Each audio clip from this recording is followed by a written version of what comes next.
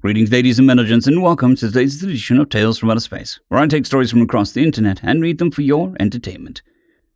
This particular story is called A Zkarth's View on Relations Between Humans and Death. Written by Victor Stein. You want to know what I saw in that war? All your textbooks and hollow recordings should give you everything you need. What point is there in forcing me to relive my people's darkest hours?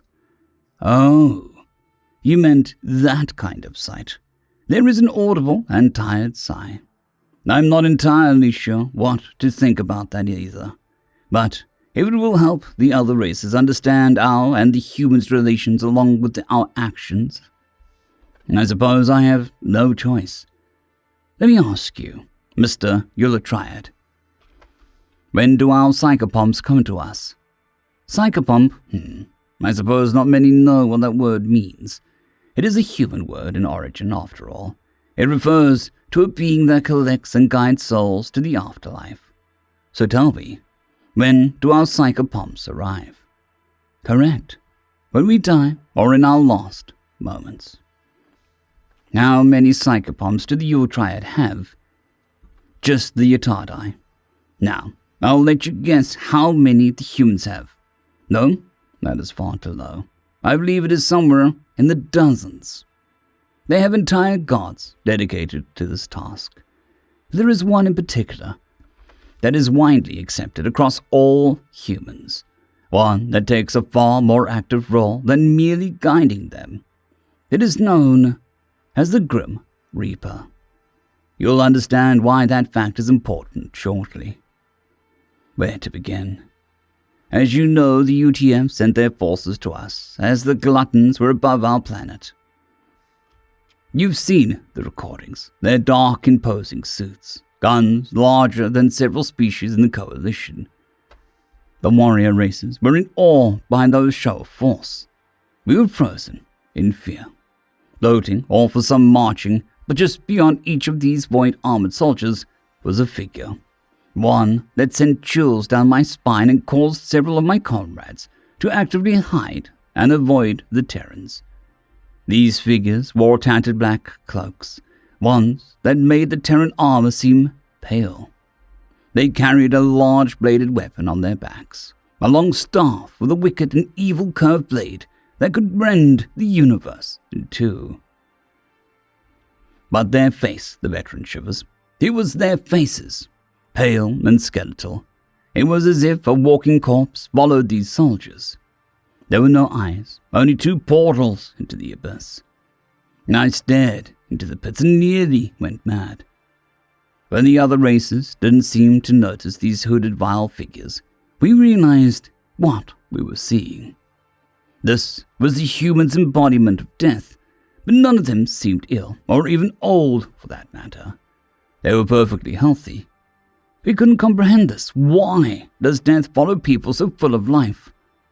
The war and battles that followed taught us why. We were outgunned and outmanned, forced into desperate battles of defense in hellish trenches.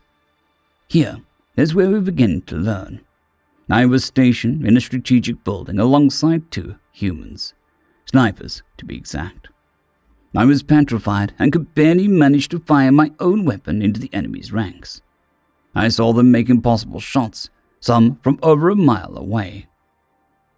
I was astonished by the accuracy and lethality. When I looked towards the two beside me, what I saw forever shocked the foundations of how the Zkarth viewed death. I saw their Reaper. It guided them. With a bony outstretched finger, it selected a target. The shot that followed would end the one they chose. I saw the Reaper grasp and shift the barrel of the human's to ensure a perfect shot. That night, as we gathered around at our camps and fires for rest, me and the Zkarth discussed what we saw. Every time a human had died, their Reapers seemed to become more human. They would sit beside the fallen Terran as if they were a friend, and when the human passed, the Reaper rose, its mouth opened, and as it released a silent scream towards the heavens. It would then take their bladed staff, a scythe, as I and many others later learned. Quickly passed it through the Terran's body, then charged the enemy. The remaining human soldiers would then release their own savage cries and fire more rounds into the Kursk ranks. I heard other stories that night as well, but they were too fantastical to believe. How wrong I was. It wasn't until the final days of battle for Lyol, my homeworld, that I was on the front lines. I was to participate in one of the infamous charges the Terrans led. The Kursk ranks were made of a few different species they had conquered in the past, with the primary leadership mostly made of true Kursk. I saw 3 psychopomps belonging to the enemy, a 4-armed, sword-wielding reptilian that seemed to be made of fire, a savage avian with black talons the size of my arms, with plumage made of swirling reds and black. Then, what can only be described as a primordial beast with an impossible amount of limbs. The strangest and most terrifying thing, however, was that these beings of death, those of a completely different species, would try to claim the Terran soul for their own, charging towards them with a hail of projectiles and plasma. Meanwhile, the Reapers also charged the enemy, slashing madly at them, and for each being that fell in the enemy's ranks, a scythe swept through their forms, causing the disappearance of a psychopomp corresponding to the being. The most gloriously fear-inducing image I recall is from the final charge that caused the Kursk back into the ships for retreat. Terran troops, their void-black armor covered in blood of their enemies and their own, side by side with their grim Reapers, charging the enemy, striking as one, slaying each enemy troop in perfect sync. A beautiful, horrifying, chaotic, bloody dance. The Reapers, almost graceful in their arcs and swings, their cloaks further serving their unreal and grim beauty.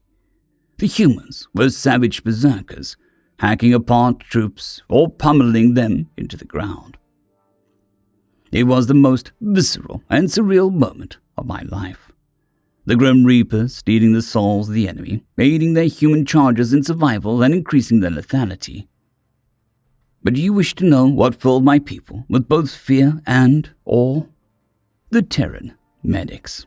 Having a person in the middle of battle stitching together and saving the lives of others is the most contradictory thing I have seen. It was these medics that made enemy psychopomps despised the most.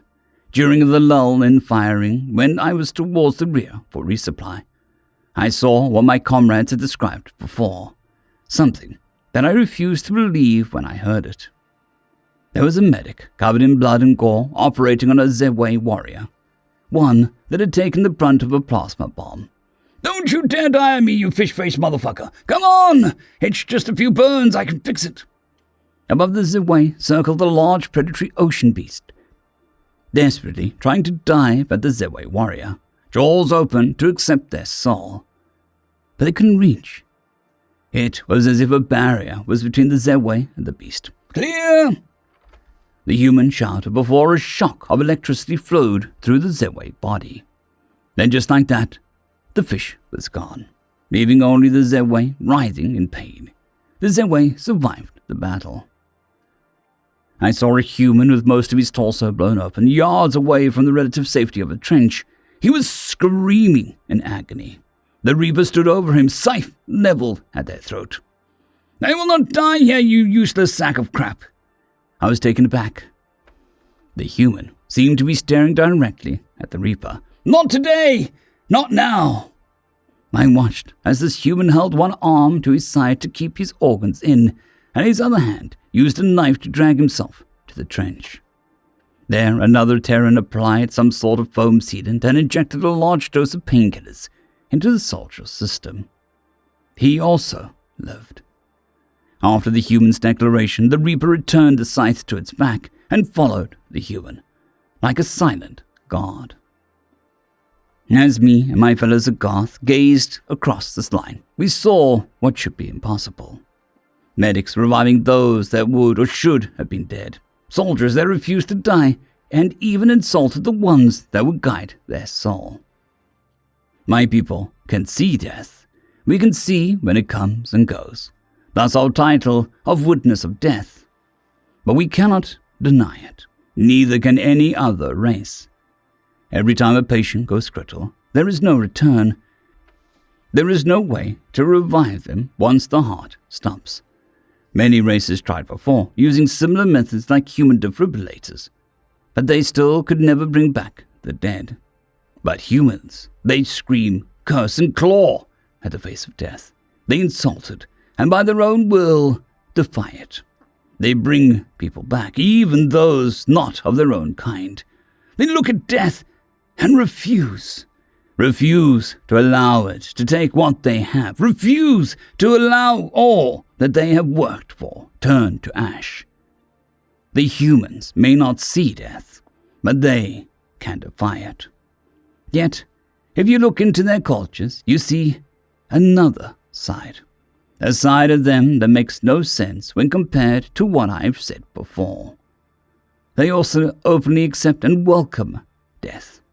There is one day in particular culture that celebrates death. They are not immortal, for even if they can defy it, they cannot escape it. When their time comes, they mourn the loss. If their life was stolen, be it from war or murder, they become something else. They will hunt and rage at those that would dare attack them. Chances are, if the law fails them or the enemy has wronged them, they will come for the offenders and end them. We, Zkarth, may be the witness to death. Humans, however, humans are vessels of death. No species that has a reaper constantly following them, a people who stare down death and rebel. Beasts that hold their reapers, Valkyries, and all other guides of souls as allies. They may not be able to see their psychopomps, but at times they can feel them. When a mother loses a child and their grief and rage engulf them. When a soldier loses his comrades and not even a tank can stop them. The moment any fool dares to threaten those the human holds dear, death is on their side. End of story. Story number 2. It's the Human's Fault, written by Harney Dragon. The masked figure trembled slightly. The only movement since it had taken its seat, its dark blue cloak betraying nothing. My own son and daughter were sacrificed, not lost, not killed by our enemies, sacrificed. Do not claim that I was disloyal. The surrounding leaders of the Centauri Empire shot looks at each other, for in total they sat in a semicircle, the masked figure sitting at the center of this would-be circle instead of his empty seat at the far right.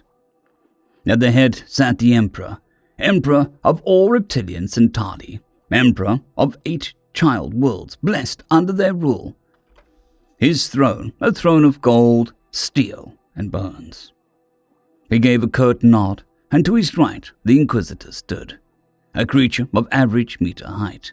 A grenouille cleared her throat, dressed in unassuming browns and reds which matched her thick fur. The antlers, which sprouted above her main eyes, glittered with a fresh coat of paint, her pursed lips a sign of placation. As the Inquisitor, I would be the first to assume betrayal. Her sweet, trilling voice showing nothing of the cold-hearted bitch playing those chords.